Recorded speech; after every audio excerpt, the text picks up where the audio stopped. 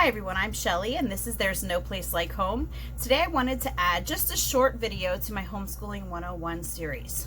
Ask yourself this question: are you overschooling your kids?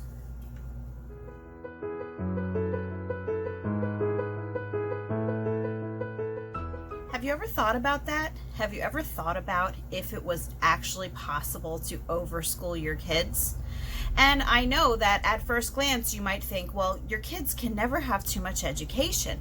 But the fact is that schooling and education really are two different things. The schooling aspect is very often about training your kids to behave a certain way, getting them onto a certain routine, maybe certain things that you want them to know memorization-wise. But it's not so much about education.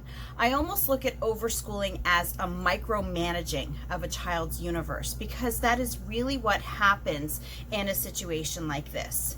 Now, there are a couple different ways that you could overschool your kids. The first way is by just giving your kids too much schoolwork in general, having them do too many different subjects. Maybe they're using far too many different textbooks, maybe they're having too many lessons every day, but whatever it is, their homeschooling is likely to take up the bulk of their day and leave very, very little time left for them to explore and just to have free time. And another way that you can actually overschool your kids is with too many extracurricular activities. Your homeschool day in itself might be shorter, but if you're filling your kids' days up with music lessons and sports and play dates and co-ops, and I'm not saying that any of these things are bad. What I am saying is that you don't want to have a child who has every single day of the week filled up with scheduled things that they have to do. And again, going back to the fact that kids need free time, and you need to make sure that your kids can do that. So a few examples that I have of overschooling is, you can just ask yourself, I have already seen maybe curriculum posted for 6-year-olds, and they might have 8 different textbooks for a 6-year-old.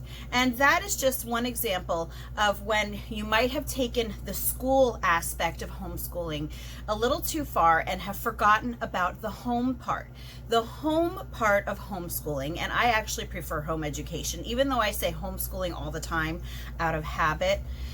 Home education is actually a better term for it, because yes, we really do need to focus on the home part first and foremost, and education part, and what we really need to actually let go of is the whole school aspect of it. So there's some different reasons why people might overschool their kids. I started out overschooling my kids just because I was trying to recreate what they were doing in school. I wasn't sure what to do. I had never seen what homeschooling actually looked like, in practice, not in real life. I just heard about what it was like, but you hear so many different things you don't really know until you're doing it yourself. So yeah, I did overschool my kids. Not only were they doing textbooks, but on top of textbooks, they were doing unit studies, and I was really trying to do everything that they had been doing in school, because I didn't realize that a large part of homeschooling is letting go of that school aspect. Now, another reason that some people might overschool their kids is trying to prove themselves. Whether it would be trying to prove that homeschooling is giving their kids a better education that they would get in school, which I honestly have to say that it doesn't matter what you're doing with your kids at home. If your children have a loving home, if they have involved parents, and if you are educating them at home, they are infinitely better than a child who is stuck in a school building all day long. Whether all you do with them is play board games with them, whether they read all the time, it doesn't matter. It doesn't matter if your child is learning Latin at home or if you're doing a very unschoolish, relaxed homeschooling approach. I'm going to say it again. If your child has a loving home, an involved home, they're infinitely better, no matter what, than if they were in school. So I think that it can be hard, though, to let go of that, because homeschooling is still kind of on the fringe, and especially if you're new to it, you might not just be trying to prove to other people that your kids are getting a better education at home. You might be proving it to yourself.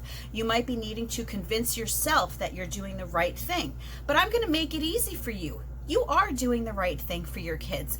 There is no reason to put additional pressure on your children or on you by piling on unnecessary schoolwork just so that you feel like you can compare to the traditional education system. That is really not taking advantage of the flexibility of homeschooling if you're doing that. So I just want to caution you against that. You don't want to have your kids doing 6 hours of schoolwork every single day just because you want to prove yourself. Maybe it would be to family members or to your neighbors or maybe to other relatives or maybe to just society in general that always has something negative to say about homeschooling. Don't worry about that, because here's the thing. When we're talking about education, or when you hear other people talking about education, a lot of times they will bring up the well-rounded student argument. And a well-rounded student is going to have lots of time to pursue their own interests. And that is an important aspect that I think a lot of people let out of it when they're overschooling their kids. Yes, you might feel like you're pouring all of this information into your kids all day long, but that's not enough. If you actually take a look at how children learn, and if you take a look at their retention, you will see that those topics that your kids chose to do on their own, very often in their free time, without any sort of push from you, those are the things that they are going to remember the most. Those life skills that they pick up, whether it would just be cooking with you or going to the garage with you when you take your car for an oil change, going to the bank with you, going grocery shopping, all of these things are educational. They might not look like what's going on in school, but that's a problem in school. A lot of those kids are not learning those basic daily life things that homeschooling kids do have the advantage of doing because they're already there with their parents. So really give your kids lots of time for interest-led learning. Sometimes it's also called delight-directed learning. Yes, you can absolutely give your kids a structured school day, but don't micromanage. Don't take up a bulk of their day with schoolwork, because I'm going to reiterate the fact that those topics that they pursue on their own, those are the topics that are going to stick with them the best.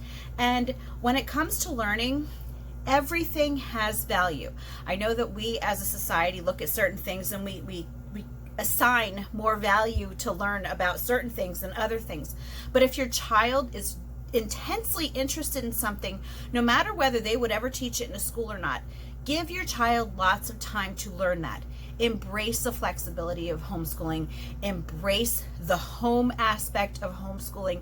Let your kids have lots of time to learn from life, to learn from the things that they enjoy doing.